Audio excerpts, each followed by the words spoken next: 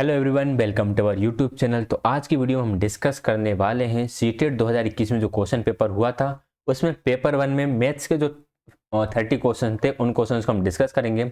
हम सॉल्यूशन के साथ साथ जो पेडागोजी के क्वेश्चंस थे उन्हें भी हम डिस्कस करने वाले हैं। तो गणित और गणित शिक्षण शास्त्र दोनों ही क्वेश्चन हम डिस्कस करेंगे। डिस्कशन बाइलिंगुअल रहेगा। अगर आप हिंदी मीडियम वाले हैं या फिर इंग्लिश मीडियम वाले हैं, जो भी हो आप सभी को समझ में आ जाएगा। स्टार्ट करते हैं क्वेश्चन नंबर फर्स्ट के साथ। 1 सेंटीमीटर बाय 1 सेंटीमीटर वाले 48 छोटे वर्गों को कुल कितने प्रकार से व्यवस्थित किया जाता है कि परिणामिक क्षेत्रफल 48 सेंटीमीटर स्क्वायर आए। हमें छोटे छोटे स्क्वायर्स हैं हमारे पास जिनका एरिया 1 बाय 1 का है। हमें इन्हें इस तरह से अरेंज करना है कि टोटल एरिया 48 सेंटीमीटर स्क्वायर होना चाहिए। देखिए, आप सिंपल बात रखो, एरिया क्या होता है, लेंथ इंटू ब्रीथ होता है। अगर हम उसकी बात करें, आयत की बात करें, यानी कि रेक्टेंगल की बात करें, ठीक है, तो हमें इसे किसी भी तरह से अरेंज 48 को इस तरह से बांटना है कि दो नंबर्स का मल्टीप्लाई करने पर 48 आना चाहिए। हम किस किस तरह से बांट सकते हैं, हम 48 इंटू 1 कर सकते हैं। एक लाइन में हम एक लाइन और एक रो एक कॉलम करके, फॉर एग्जांपल इस तरह से अगर हम एक ही लाइन में 48 स्क्वायर्स को लगा दें, ठीक है, तो इस तरह से भी इसका एरिया कितना होगा, 48 इंटू 1 48 ही होगा। दूसरा तरीका हम ये अपना सकते हैं कि दो लाइन कर दें। यहाँ पर दो लाइन कर देंगे तो यहाँ पर कितने बचेंगे, 24 बचेंगे और यहाँ पर 2 हो जाएंगे। तो ये 24 गुणा 2 करके हमारा 48 आ जाएगा। और हम क्या कर सकते हैं, 12 चौको 48 होते हैं तो 12 इंटू 4 वाली लाइन लगा सकते हैं। और 8 6 48 होते हैं तो 8 और 6 वाली लाइन लगा सकते हैं। और कौन सी लगा सकते हैं, 48 एक हो गया, 12 हो गया, 24 हो गया, 12 हो गया, एक 6 चौको 24, 6 पंची 6 छंगे 6 सत्ते 48, 6 आठे 48। ठीक है, तो कितने लाइन बन गई यहाँ पर, 1 2 3 4 बन गई। कोई मिस करी क्या, एक 16 वाली मिस कर दी मैंने। 16 इंटू 3, 16 3 48, 16 3 वाली भी हम लाइन लगा सकते हैं। तो टोटल कितने तरीके हो गए। इसके अलावा और कोई आपके दिमाग में आ रहा है क्या। 48 इंटू 1 वाली बन जाएगी, 24 दूनी 48 हो जाएगा, 16 3 48 हो जाएगा, 12 चौको 48 हो जाएगा, 8 6 48 हो जाएगा। फिर दोबारा से अगर आप आगे चलोगे तो फिर इस तरह से 6 8 वाला हो जाएगा। तो 6 8 और 8 6 का मतलब एक ही है। सो राइट आंसर कितना होगा, ऑप्शन नंबर 3 होगा 5। क्योंकि हम कितने पेयर बना सकते हैं, हम ऐसे 5 पेयर बना सकते हैं या फिर 5 तरीके से इनको अरेंज कर सकते हैं ताकि हमारा रिजल्टिंग एरिया जो है वो 48 हो। तो राइट आंसर ऑप्शन नंबर 3 हो जाएगा। 5 तरीकों से इन्हें अरेंज किया जा सकता है। नेक्स्ट है 32। विद्यालय की एक सभा में विद्यार्थी एक पंक्ति में खड़े हैं। दोनों सिरे से रूही का 19वां स्थान है। उस कक्षा में कुल कितने छात्र उपस्थित हैं। Ruhi is 9th from both side. देखिए, यहाँ ऐसे बच्चे खड़े हुए हैं, यहाँ पर है रूही। रूही यहाँ से भी 19th प्लेस पर है, यहाँ से भी 19th प्लेस पर है। अब हमें कुल छात्र निकालना है, तो 19 का तो डबल कर दो। 19 का डबल कितना हो जाएगा, 38, और फिर इसमें से एक माइनस कर दो। हमेशा आंसर यही होता है, इसका डबल करो और डबल करके उसमें से एक माइनस कर दो, आंसर आ जाता है। तो राइट आंसर ऑप्शन नंबर 2 हो जाएगा, 38 बच्चे होंगे। क्वेश्चन नंबर 33 है। अस्मिता विद्यालय की गोष्ठी में 8:30 AM से 15 मिनट पहले पहुंच जाती है।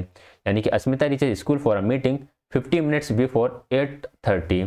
ठीक, वह अपने सहकर्मी से आधे घंटा पहले पहुंची जो कि गोष्ठी के लिए 40 मिनट देरी से पहुंचा। गोष्ठी का निर्धारित समय क्या था। देखो, ये क्वेश्चन काफ़ी कंफ्यूजन क्रिएट करता है, लेकिन अगर हम इसको स्टेप बाय स्टेप सोल्व करते हुए चलेंगे तो आराम से सोल्व हो जाएगा। अस्मिता 8:30 से 15 मिनट पहले पहुंची, तो मैं यहाँ पर लिख देता हूँ 8:30। 8:30 से 15 मिनट पहले मतलब कब पहुंच गई, वह पहुंच गई 8:15 पर, 8:15 पर वहां पर पहुंच चुकी है। She reach half an hour earlier than her colleagues who is 40 minutes late for the meeting.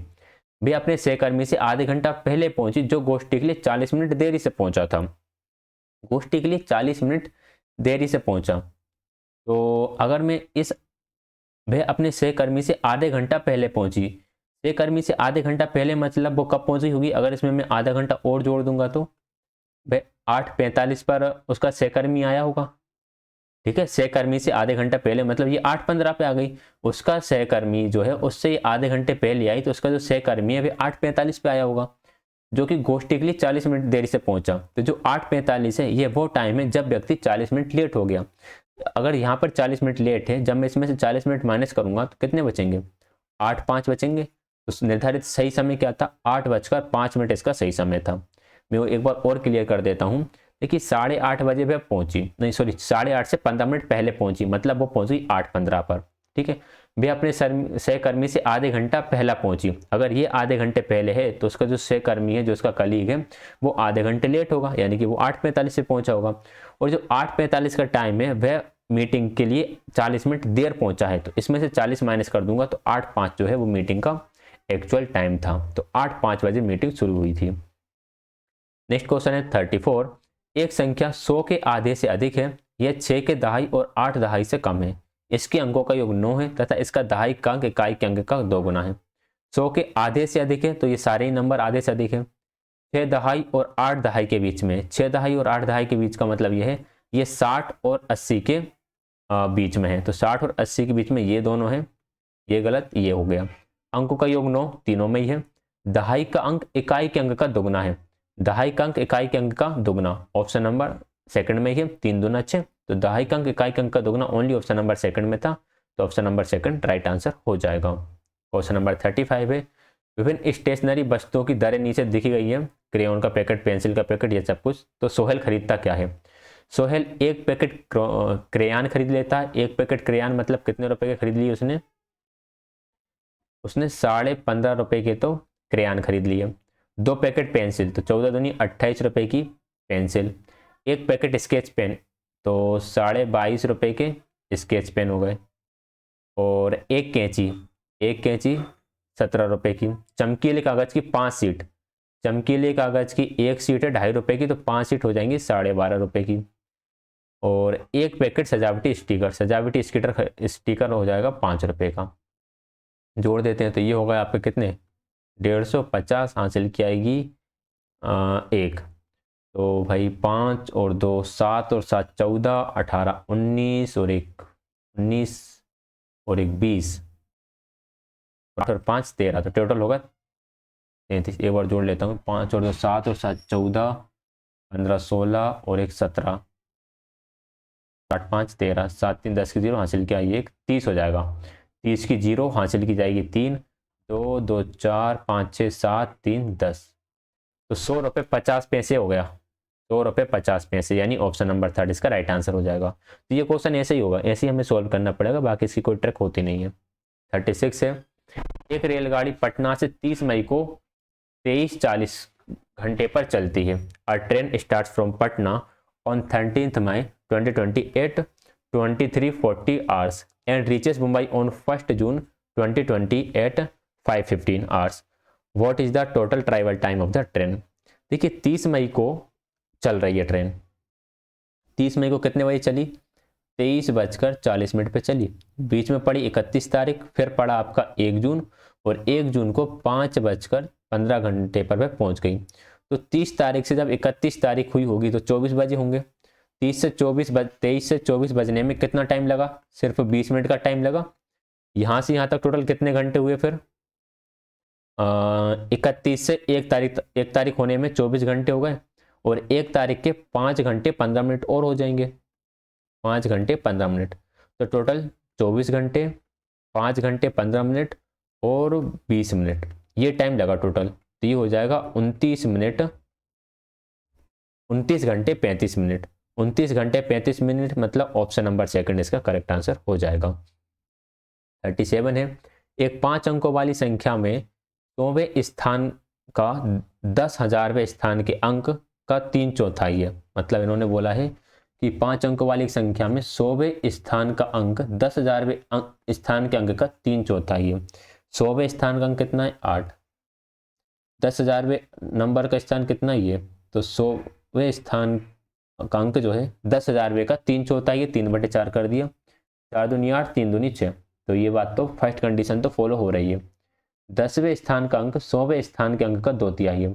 10वें स्थान का अंक 100वें स्थान के अंक का 2/3। 10वें स्थान का अंक मतलब कि 4, 100वें स्थान के अंक का 2/3, तो 6 का मैं 2/3 निकाल देता हूँ। 3 दूनी 6 2 दूनी 4, तो ये 4 भी सही है। 10वें स्थान का अंक सबसे छोटी भाज्य संख्या का वर्ग है।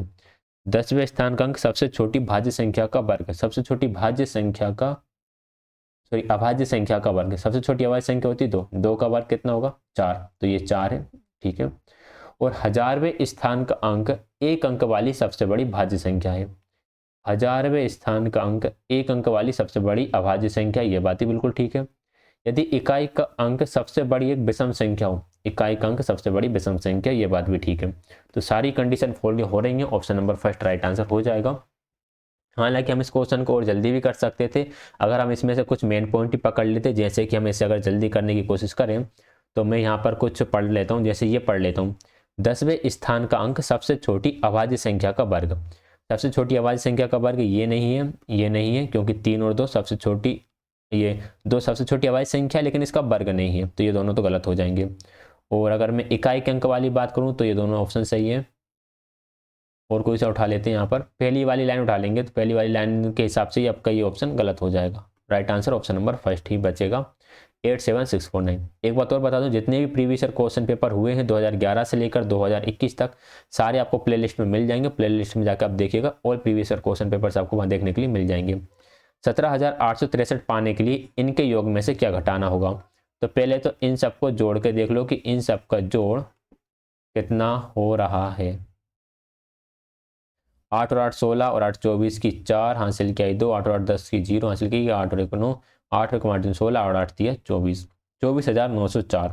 अब 24,904 जो है इसमें से हम घटा देते हैं 17,863, हमारा आंसर बचेगा कितना, 1407, 7,041। तो ऑप्शन नंबर थर्ड इसका राइट आंसर हो जाएगा। क्वेश्चन नंबर 39 है, 16 लीटर धारिता वाली एक बाल्टी पूर्ण रूप से पानी से भरी हुई है। बाल्टी के इस पानी को छोटे छोटे बर्तनों में भरा जाना है। बाल्टी में भरे समस्त पानी को एक मग द्वारा 50 बार पूर्णतः भरकर छोटे छोटे बर्तनों में स्थानांतरित किया जाता है। मग की धारिता क्या है? एक बकेट है जिसमें 16, जिसकी कैपेसिटी है 16 लीटर। देखिए कैपेसिटी 16 लीटर की है, धारिता 16 लीटर की है, हमें इसे चेंज करना पड़ेगा मिलीलीटर में। धारिता को मिलीलीटर में चेंज करने के लिए हमें 1000 से गुणा करना होता है, मिलीलीटर में चेंज करने के लिए, तो हमने इसको 1000 से गुणा कर दिया, तो इसका आंसर आ गया हमारा 16,000। कितनी बार मग्गे से हमें करना पड़ा है 50 बार, तो 50 से कर देते हैं भाग, 0 से 0 कट जाएगी, 5 से काट दोगे, 5 दिया 15, 5 दूनी 10, 0 की 0, तो आंसर आ जाएगा हमारा 320 मिलीलीटर। तो जो मग की धारिता है वो होगी 320 मिलीलीटर। ठीक, नेक्स्ट है क्वेश्चन नंबर 40, एक टैक्सी का मीटर पहले 2 किलोमीटर की यात्रा के लिए 50 रुपये भाड़ा दिखाता है, उसके बाद प्रति किलोमीटर की यात्रा के लिए 16 रुपये का भाड़ा दिखाता है। मंजू अपने घर से रेलवे स्टेशन तक की यात्रा के लिए 258 रुपये किराया दिया, तो उसके घर से रेलवे स्टेशन की दूरी कितनी है? देखिए टैक्सी का मीटर 50 रुपये चार्ज लेता है, 50 रुपये चार्ज लेता है पहले 2 किलोमीटर का। ठीक है, 2 किलोमीटर का 50 रुपये चार्ज हो गया। उसने कितनी डिस्टेंस कवर करी है? 258 करी है, 258 रुपीज़ का उसने चार्ज दिया है। अगर मैं इसमें से 50 रुपये घटा दूँ तो कितना बचा? 208। ये इस 50 रुपये में कितने किलोमीटर चली गई? वो 2 किलोमीटर चली गई। बाकी 208 किलोमीटर के लिए 208 रुपये जो उसने दिए हैं वह 1 किलोमीटर के लिए 16 रुपये के हिसाब से दिए, तो मैं इसको 16 से भाग कर दूंगा, 16 एकम 16, 16 तिया 48, तो बाकी की 13 किलोमीटर चली वो, तो 2 किलोमीटर और 13 किलोमीटर टोटल हो गए 15 kilometre. Right answer option number third रहेगा, 15 किलोमीटर, वह टोटल 15 किलोमीटर चली। 41 है, निम्नलिखित तालिका मारिया और शहनाज द्वारा 100 में से प्राप्त 5 विषयों के अंक दर्शाती है। ठीक है, ये 100 में से प्राप्त 5 अंक है। ऊपर दी गई तालिका के आधार पर निम्नलिखित में से सही कथन को पहचानिए। पहला लिखा कि भाषा को छोड़कर मारिया ने शहनाज से प्रत्येक विषय में अधिक अंक प्राप्त किए हैं। भाषा कौन कौन सी आपकी? एक हिंदी है और एक अंग्रेजी है। ठीक है, मारिया ने शहनाज से प्रत्येक विषय में अधिक अंक प्राप्त करे। भाषा में मारिया के अंक शहनाज से कम है। ठीक है, हिंदी में तो लेकिन मारिया के अंक शहनाज से ज़्यादा हैं, तो ये स्टेटमेंट तो यहीं गलत हो गया। प्रत्येक विषय में अधिक अंक प्राप्त किए, ये भी हम नहीं कह सकते, इसमें ज़्यादा है लेकिन समाज विज्ञान में कम है, तो पहला स्टेटमेंट तो गलत हो गया। मारिया ने शहनाज से केवल 2 विषयों में अधिक अंक प्राप्त करे। मारिया ने शहनाज से इसमें अधिक अंक प्राप्त करे हैं, इसमें अधिक अंक प्राप्त करें, इसमें अधिक अंक प्राप्त करें, तो ये भी गलत हो गया। गणित और विज्ञान में शहनाज के कुल प्राप्तांक इन विषयों में मारिया के कुल प्राप्तांकों से अधिक हैं। गणित और विज्ञान, ये गणित हो गया, ये विज्ञान हो गया। गणित में शहनाज के 78 हैं और विज्ञान में इसके 82 हैं। दोनों का टोटल करेंगे 8 और 2 10 की 0, 8 और 8 16, 160 होते हैं। इसके यहाँ पर 88 हैं और यहाँ पर इसके 98 हैं। दोनों को जोड़ते हैं तो 9 और 9 और 8 17, 178 होते हैं। ये कह रहे हैं मारिया के कुल प्राप्तांकों से अधिक है शहनाज के। शहनाज के अधिक नहीं है, शहनाज के तो कम है, तो ये स्टेटमेंट भी गलत। अब यही स्टेटमेंट बचा जो सही होगा, मारिया और शहनाज के कुल प्राप्तांक समान है, क्योंकि बाकी के सारे तो गलत हो गए। तो आप लोग ऐसा कर सकते हैं, आप इन सब का टोटल निकाल ले लेना, इस सब का टोटल निकाल लेना और टोटल देख लेना सेम आना चाहिए, और सेम आएगा ही, क्योंकि सारे ऑप्शन से रॉन्ग होगा। इसका मतलब कि ऑप्शन नंबर 4 ही राइट आंसर रहेगा। नेक्स्ट क्वेश्चन नंबर 42, गणित के शिक्षण अधिगम संदर्भ में निम्नलिखित में से कौन सी प्रक्रिया वांछनीय है।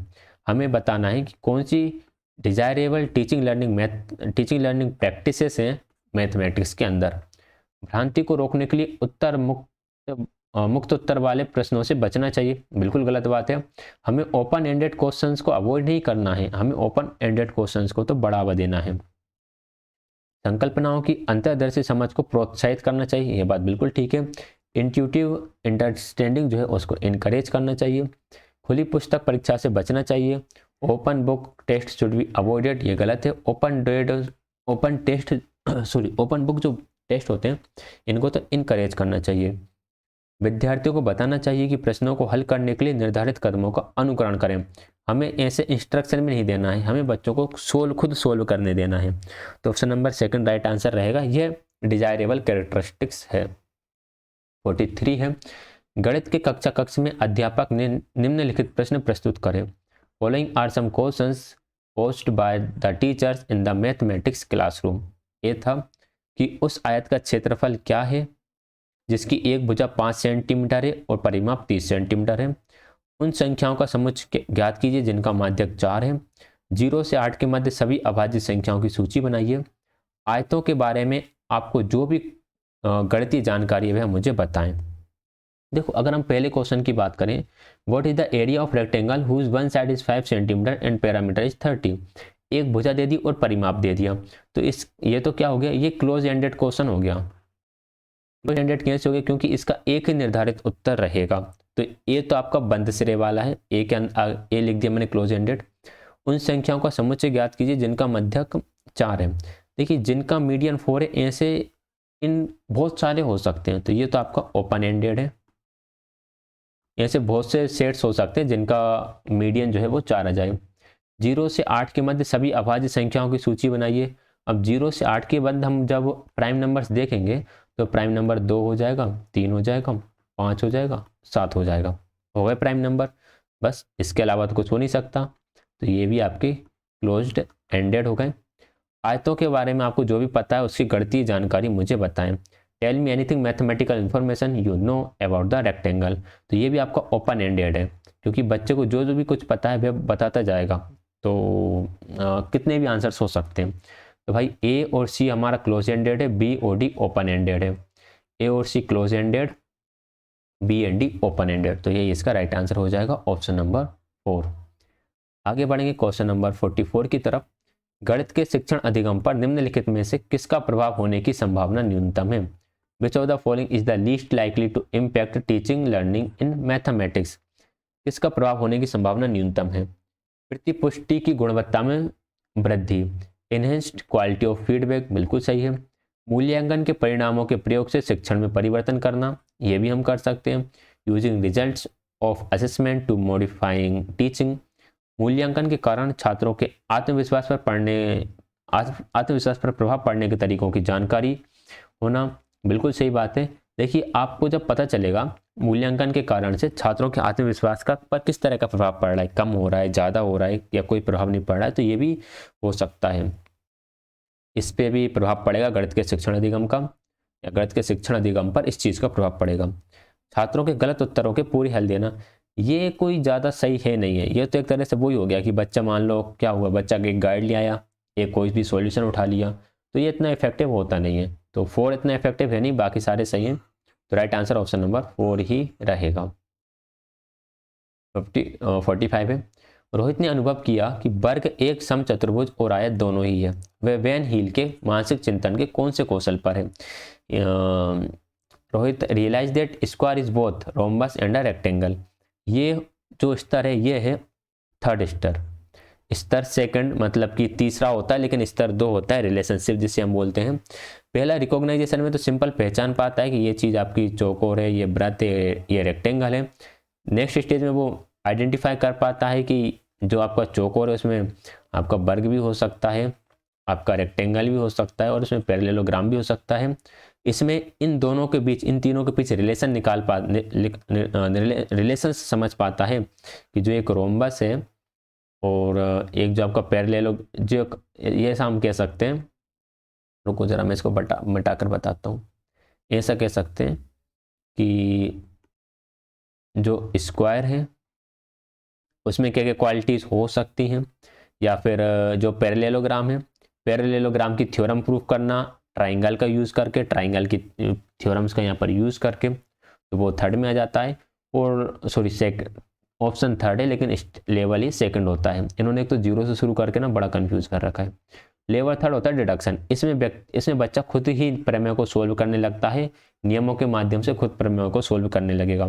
तो right answer option number third रहेगा, यानी कि स्तर 2 संबंध। 46 है, किन्हीं दो पूर्ण संख्याओं का योग एक पूर्ण संख्या होती है। इन संख्याओं के पूर्ण संख्याओं के इस गुण को किस प्रकार उल्लेखित किया जाता है? इसे हम बोलते हैं क्लोजर प्रॉपर्टी, यानी कि संवर्ग गुणक। ठीक, क्रम विनिमय में क्या होगा, यदि 2 + 3 करने पर 5 आ रहा है तो 3 + 2 करने पर भी कितना आएगा, 5 आएगा। तो ये क्रम विनिमय होता है।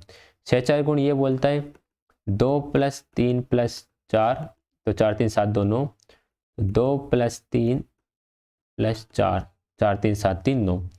और फिर ऐसे हमारा एक डिस्ट्रीब्यूटिव लॉ होता है वितरण नियम। वितरण ये बोलता है कि 2 × 2 × 2 + 3 बराबर 2 × 2 + 2 × 3। तो यहाँ पर 3 दूनी 5 दूनी 10 हो जाएगा, 2 दूनी 4, 3 दूनी 6 बराबर ये भी 10 हो जाएगा। तो ये आपका वितरण गुण होता है। इसका आंसर ऑप्शन नंबर फर्स्ट हो जाएगा, संवर्ग गुण। 47 है, गणित के शिक्षण अधिगम के विषय में निम्नलिखित में से कौन सा कथन सही नहीं है? Which of the following statement regarding mathematics teaching learning is incorrect? Incorrect statement बताना है। गणित अधिगम एक सामाजिक प्रक्रिया जिसमें संवाद सम्मिलित है, यह बात बिल्कुल ठीक है। ये एक सोशल प्रोसेस है। गणितीय ज्ञान की रचना में संस्कृति और संदर्भों की कोई भूमिका नहीं है, तो ये गलत है। जो आपकी सोसाइटी है, जो कल्चर है, इसकी भूमिका है। तो आंसर तो सही यही होना चाहिए। नमूनों के अवलोकन और सामान्यीकरण से प्राथमिक कक्षा के विद्यार्थियों में गणितीय ज्ञान का सृजन किया जा सकता है, बिल्कुल किया जा सकता है, ये बात तो सही है। Arguments and negotiation plays an important role in creating mathematical knowledge, ये बात ठीक है। तर्क और वार्ता से एक अच्छी गणित में सृजन बच्चे कर सकते हैं, गणितीय ज्ञान का सृजन कर सकते हैं। तो एक ही गलत है, ऑप्शन नंबर सेकंड, और वही पूछा गया था, तो वही हमारा राइट आंसर हो जाएगा। 48 है, प्राथमिक स्तर पर संख्याओं को पढ़ाने के लिए कौन से कथन सत्य है? Which of the following statement is are true regarding teaching numbers at primary level? संख्याओं की अंतर्दर्शी समझ को प्रोत्साहित किया जाना चाहिए, बिल्कुल किया जाना चाहिए। इंट्यूटिव अंडरस्टैंडिंग जो है नंबर्स की, उसे इंक्रीज किया जाना चाहिए।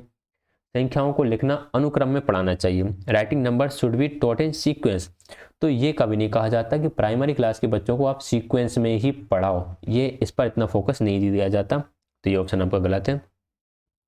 गणना से पहले संख्याओं को संख्यांक रूप में लिखना सिखाना चाहिए, ये बात भी गलत है। देखिए, संख्याओं को संख्यांक रूप में, संख्यांक क्या होते हैं कि जो 9 है उसको ऐसे भी लिख सकते हैं, 9 को हम ऐसे भी लिख सकते हैं, और हिंदी में हम 9 को इस तरह से भी लिख सकते हैं, हिंदी वाली जो 1 2 3 होती है उसमें। तो ये हमें नहीं सिखाना है।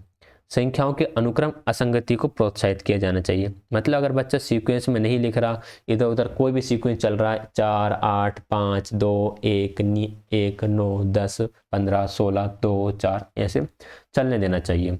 तो ए और डी दोनों ही सही है। Right answer option number third हो जाएगा, ए और डी। ठीक। 49 है, प्राथमिक स्तर पर गणित पढ़ाने के लिए निम्नलिखित में से कौन सा पहलू अत्यंत महत्वपूर्ण है? Which of the following is the most appropriate aspect of teaching of mathematics at primary level? First है, बच्चों को गणित को बच्चों के जीवन के अनुभवों का भाग बनाना, ये तो सबसे इंपॉर्टेंट है। Making mathematics part of children's life experiences. परिकलन में परिशुद्धता विकसित करना, डेवलपिंग रिगर इन कैलकुलेशन। देखिए कैलकुलेशन हमेशा सही हो जरूरी नहीं है, गलत हो ही जाती है। उच्चतर पढ़ाई रोजगार के लिए तैयार करना महत्वपूर्ण इतना है नहीं प्राथमिक स्तर पर। प्रौद्योगिकी के लिए प्रोत्साहित और तैयारी करना भी प्राथमिक स्तर पर इतना महत्वपूर्ण नहीं है। So right answer option number first हो जाएगा। क्वेश्चन नंबर 50 है, निम्नलिखित क्रियाकलापों में से किसके विद्यार्थियों में त्रिविमीय विवेचन दिक् स्थान की समझ विकसित होने की संभावना अधिक है। Which of the following activities is most likely to develop spatial reasoning among the students. Chart में नमूनों को पहचानने से नहीं होगा, सुडोकों को हल करने से भी नहीं होगा, अंकों को निरूपित करने के लिए दंडालेख से भी नहीं होगा। चौपड़ आकृतियों को पहचानना, आइडेंटिफाई टेस्लेटिंग फिगर्स, इससे समझ में आएगा कि त्रिविमीय विवेचन या फिर जिसे भी हम बोलते हैं स्पेशल रीजनिंग जो होती है वह उससे इस चीज़ से समझ पाएगा फिगर्स के बारे में। ठीक, तो ऑप्शन नंबर 3 राइट आंसर रहेगा। बच्चा विभिन्न आकृतियों को पहचान रहा होगा उसमें।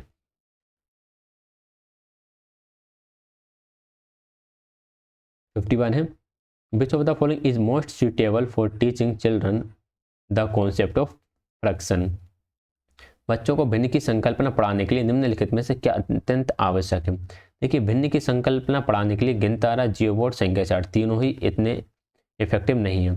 इसका आंसर होगा क्यूजेनियर छड़ें। क्यूजेनियर छड़ें क्या होती हैं, कुछ इस तरह की छड़ें होती हैं अलग अलग कलर की, एक छोटी फिर एक उससे बड़ी, उससे बड़ी, इससे बड़ी। तो हम इसमें कंपेयर करके बता सकते हैं कि ये वाली और इन दोनों का कंपेयर करें तो ये इसका 1/2 है, इस वाली को और इस वाली को कंपेयर करें तो ये वाली जो छड़ है इस वाली छड़ का 3/4 है, सॉरी 1/4 है, ये इसका 3/4 हो जाएगी। ये वाली ये वाली होगी 3/4 तो होगी नहीं, ये वाली छड़ इसका 1/4 हो जाएगी। तो ये होती है क्यूजेनियर छड़ें। ठीक, गूगल कीजिएगा वहाँ पर आपको मिल जाएंगी। 52 है, गणित की प्रकृति के विषय में निम्नलिखित में से कौन सा कथन सत्य नहीं है। Which of the following statement is not correct with regarding to nature of mathematics. गणितीय ज्ञान की संरचना में तर्क कौशल महत्वपूर्ण है। Arguments skill is important in construction of mathematical knowledge. हाँ, तर्क कौशल महत्वपूर्ण गणित में, बिल्कुल कह सकते हैं। गणितीय संकल्पनाओं की प्रकृति श्रेणीबद्ध है, ये बात भी ठीक है। मैथ के जो कॉन्सेप्ट्स हैं वो हायरार्किकल इन नेचर में है, यानी पहले आप नंबर सीखते हो, फिर आप डेसिमल सीखते हो, फिर आप धीरे धीरे उन्हीं को और कॉम्प्लेक्स फॉर्म उनकी सीखते जाते हो। जैसे अगर हम डिवाइड की बात करें तो पहले हम सिंपल डिवाइड सीखते हैं, फिर हम ऐसे डिवाइड सीखते हैं जिसमें रिमाइंडर बच जाता है, फिर हम ऐसे डिवाइड से सीखते हैं जिसमें हम पॉइंट लगाकर आगे करते हैं, फिर हम ऐसे डिवाइड सीखते हैं जो कभी एंड ही नहीं होते, जिनमें हमें डेसिमल्स के बाद नंबर्स रिपीट होते रहते हैं। तो ये संकल्पना एक हायरार्किकल नेचर में चल रही होती है। प्राथमिक स्तर पर गणित प्रत्यक्ष है और कल्पना की आवश्यकता नहीं है। Primary level mathematics is concrete does not require abstraction. अब होते कौन हो ये कहने वाले कि भाई अमूर्तता की या कल्पना की आवश्यकता ही नहीं है, ये बात बिल्कुल गलत है। कल्पना की आवश्यकता हर स्टेज में है। Mathematics use special vocabulary to communicate ideas and precisely, ये बात बिल्कुल ठीक है। शब्दों को सही ढंग से देखने के लिए इसमें अलग तरह की वोकेबुलरी होती है, जैसे जोड़, घटा, गुणा, भाग, ये अलग तरह की वोकेबुलरी यहाँ पे चल रही होती है। तो 3 इसका राइट आंसर होगा क्योंकि नोट पूछा गया था। 53 है, निम्नलिखित कथनों में से किसमें संख्या 3 का प्रयोग क्रम सूचक भाव में हुआ है।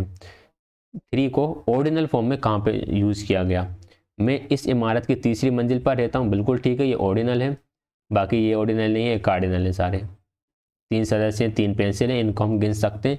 और यहाँ पर जैसे फर्स्ट, सेकंड, थर्ड, फोर्थ, ये होते हैं आपके ऑर्डिनल, जिनमें ऑर्डर बताया जाता है। तो वह ऑर्डर बता रहा है कि मैं इस मंजिल की, इस इमारत की तीसरी मंजिल पर हूँ। 54 है, शुद्ध कथन को पहचानिए, आइडेंटिफाई द करेक्ट स्टेटमेंट। यदि 2 आकृतियों का क्षेत्रफल समान है तो उनका परिमाप समान होगा, बिल्कुल गलत। बिल्कुल जरूरी नहीं है, हो भी सकता है, नहीं भी हो सकता। यदि 2 आकृतियों का परिमाप समान है तो उनका क्षेत्रफल समान होगा, ये बात भी बिल्कुल गलत है। परिमाप और क्षेत्रफल का मात्रक समान नहीं होता है। परिमाप का ओनली जैसे अगर हम सेंटीमीटर में लेकर चले तो सेंटीमीटर होगा और क्षेत्रफल का सेंटीमीटर स्क्वायर होगा। इसका ओनली मात्रक होता है, इसका वर्ग मात्रक होता है। The shape of figure determines the parameter, किसी आकृति का आकार उसके परिमाप का निर्धारित करता है, यह बात बिल्कुल ठीक है। उसका शेप किस तरह का है वही तो उसका परिमाप होगा। तो ऑप्शन नंबर 4 करेक्ट है। 55 है, गणितीय पाठ्यक्रम के संबंध में शुद्ध कथन को पहचानिए, identify the correct statement with respect to the mathematics curriculum. बीज गणितीय विचारों की नींव प्राथमिक स्तर पर डाली जा सकती है। The foundation of algebraic thinking can be laid at primary level. पर डाली जा सकती है, डाली जानी चाहिए या फिर डाली जाएगी, ऐसा कुछ नहीं बोला, डाली जा सकती है, बिल्कुल डाली जा सकती है। प्राइमरी लेवल पर आप कुछ चीज़ें इस तरह से बदल सकते हो ताकि उसे बीजगणित पढ़ने में बाद में दिक्कत ना हो। भिन्नों की संकल्पना का परिचय केवल उच्च प्राथमिक पर दोगे, गलत है। समझ को बेहतर करने के लिए ऋणात्मक संख्याओं की संकल्पनाओं का परिचय प्राथमिक स्तर पर देना चाहिए, गलत। प्राथमिक स्तर पर आप नेगेटिव नंबर्स का नहीं बता सकते, बच्चे कंफ्यूज हो जाएंगे। क्षेत्रफल मापन की संकल्पना का परिचय केवल उच्च प्राथमिक पर नहीं देना चाहिए। केवल मेवल वाले तो गलत हो गए, लेकिन ये सही है क्योंकि इन्होंने बोला कि डाली जा सकती है, यानी ऐसा हम कर सकते हैं। तो फर्स्ट इसका राइट आंसर हो जाएगा। 56 है, प्राथमिक स्तर पर त्रिभुजों की अवधारणा का परिचय देने के संबंध में शुद्ध कथन को पहचानिए। Identify the correct statement with regards to introducing the concepts of triangle at a primary level. सबसे पहले त्रिभुज की परिभाषा दे दी जानी चाहिए, गलत। डेफिनेशन तो छोटे बच्चों को पहले देनी ही नहीं चाहिए। संभ्रांति से बचने के लिए बच्चों को केवल संबाहु त्रिभुज प्रस्तुत किए जाने चाहिए। सिर्फ एक ही तरह के प्रस्तुत करने से कैसे काम चलेगा। बच्चों के समझ विभिन्न प्रकारों के त्रिभुज प्रस्तुत किए जाने चाहिए, किंतु अन्य आकृतियों से दूर रखना चाहिए। ये बात भी गलत है भाई, अन्य आकृतियों को पास में रखोगे तो बच्चा समझेगा कि कोई अन्य आकृतियां हैं, उनके कंपैरिजन में त्रिभुज किस तरह से अलग है।